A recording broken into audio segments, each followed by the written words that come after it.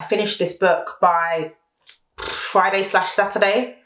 I blew through it to the point where when I was out busy, I was like, can I cut these plans short? Because I'm gonna go home and read.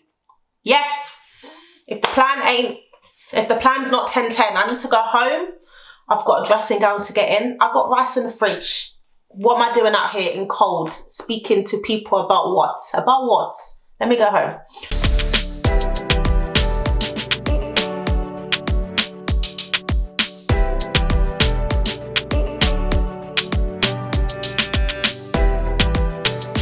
Yaga y'all, welcome back to my channel. It's Sylvie Frizzy. You know the deal. I am very, very gassed to be back because I've been consistent. I'm back. I'm here. Voila. And I've actually done something on my hair and put too lippy on. Oh, and I got my nails redone.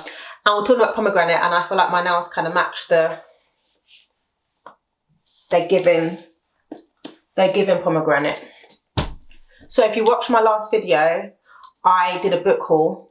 I had about 6-7 books that I'd received from publishers, and I was trying to figure out which one to read first. I had this dilemma because I was like, do I read Pomegranate first? Or do I read another book called Promise first? And then I said, you know what? Pomegranate is speaking to me. But that's always mad because you think something's speaking to you. I think the cover drew me in. But then it was also what it was about. So just a quick overview. The book is written by Helen... Oh, lipstick. Damn, sis. It's added effect. The book price has gone up now. It's got my lips on it. The book is by Helen Elaine Lee. She's a professor in comparative media studies / writing at MIT. Basically, she knows her stuff, and I feel like it really, really comes through in the book. Some books aren't researched well, and it's hard to believe something when some things are written and you're just like, well, this don't even make sense. But I never had a moment like this during this book. Can I just say off the bat, 5 out of 5, all-purpose seasoned book. I really, really love the book. Cancelled my plans. This video that I made for you guys last week was last Monday. I finished this book by Friday/Saturday. I blew through it to the point where when I was out busy, I was like, can I cut these plans short? Because I'm gonna go home and read. Yes, if the plan's not 10:10, I need to go home. I've got a dressing gown to get in. I've got rice in the fridge. What am I doing out here in cold, speaking to people about what? About what? Let me go home. So this book, nothing else mattered but this book. One could say I was maybe a bit obsessive, but we're all in, this is a safe space. No judgment. So the book is about Ranita Atawater. Ranita Atawater.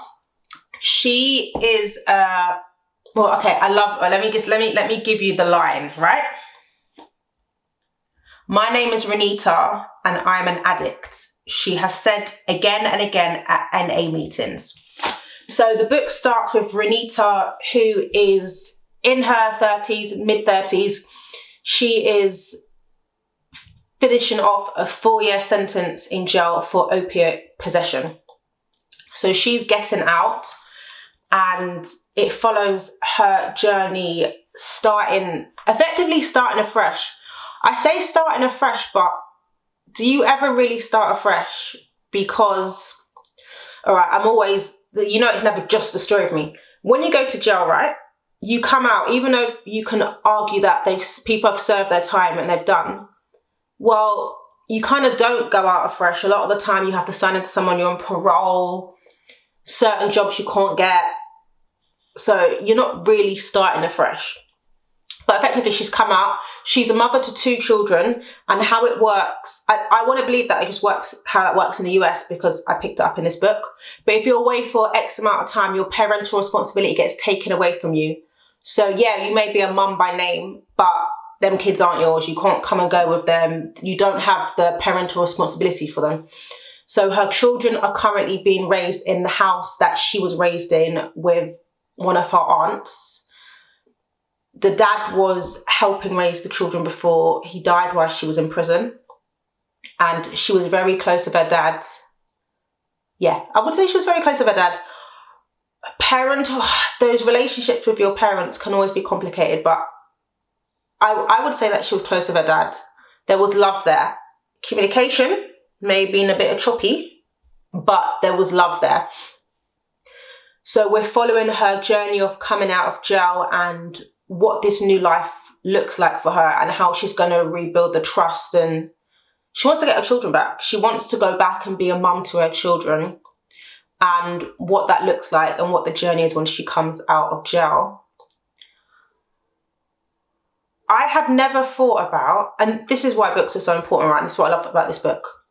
I've never thought about what a nitty's experience is like. I say nitty. Nitty's a slang word for basically like a crackhead, someone who is like addicted to drugs, right?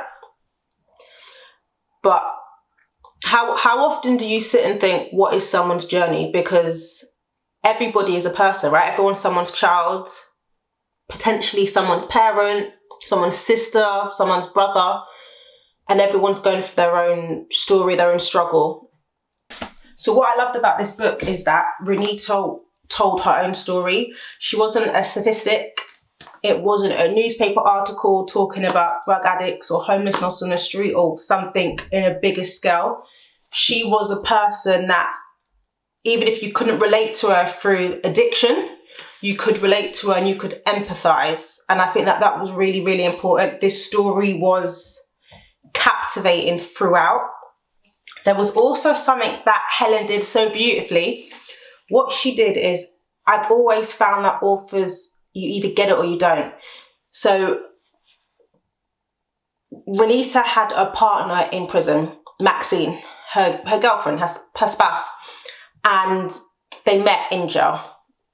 So they became boo things in jail. But she spoke about this emotional connection and being seen.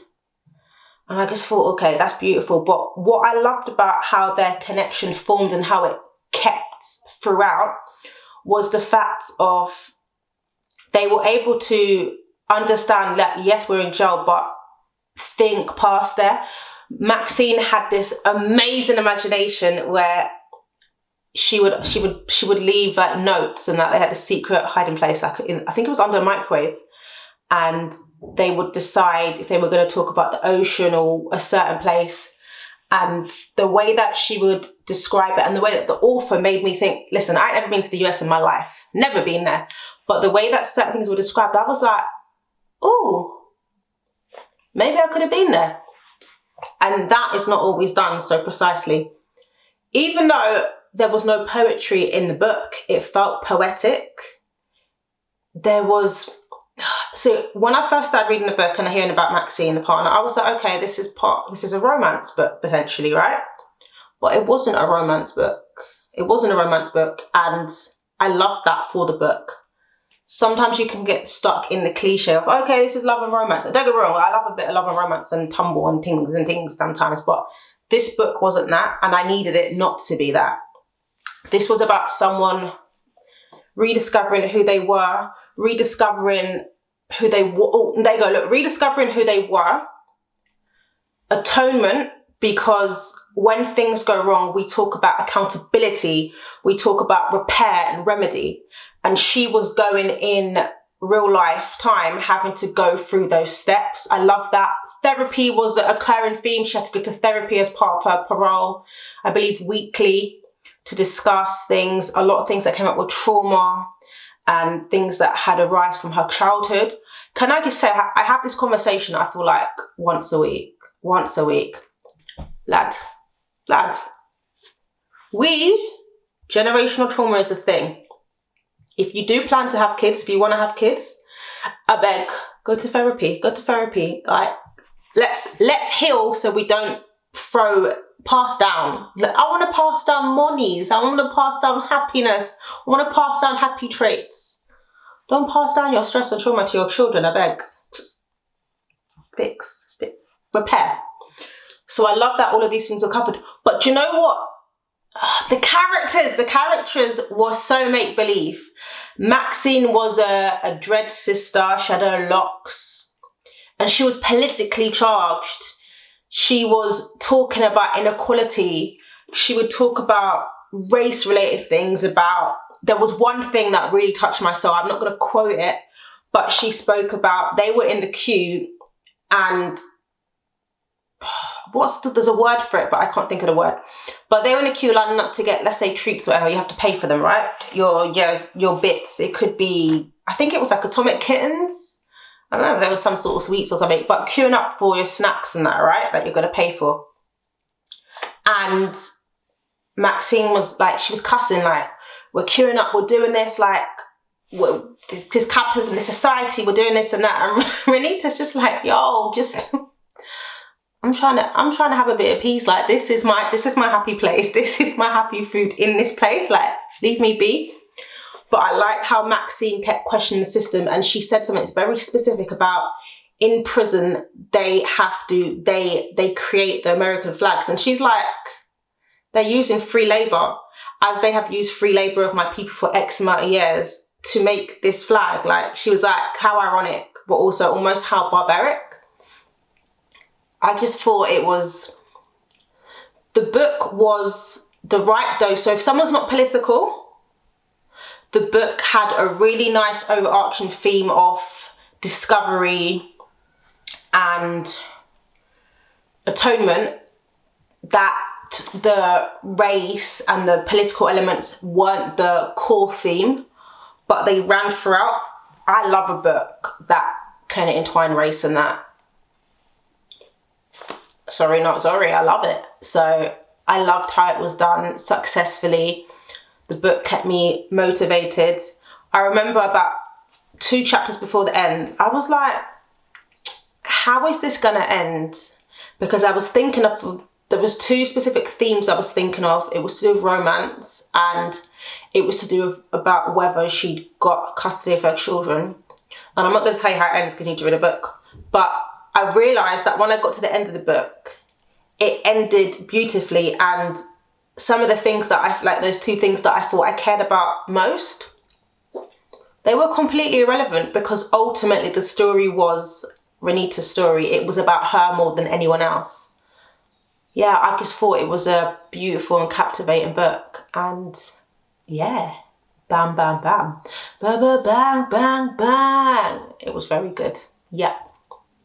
On that note, yo, I recorded the whole outro of my last video and it was like, it just locked me off. I said, right, you're acting like I don't pay bills, like I didn't, right, okay, say no. So that's what happened last time, but that ain't gonna happen today. So, on that note, stay tuned. I'm actually doing booktube. No, I'm like a grandma. I'm not doing booktube, this is booktube. I'm doing book talk. Ticky tock tock, tick tick tock tock tock. TikTok. We'll see how long I last. I'm gonna try it out. I'm gonna try a little thing. Let's see. No, the book Pomegranate by Helen Elaine Lee comes out on the 25th of May. I got an advance copy. Thank you. I really, really recommend it. I can't say much. I can't say much else. It's a banging book. It's a well-seasoned book. This will be a permanent book on my bookshelf for sure. That's how much I'm co-signing this book. Bam. If you like what you hear and see, like and subscribe, and I'll catch you on the next one. Peace out.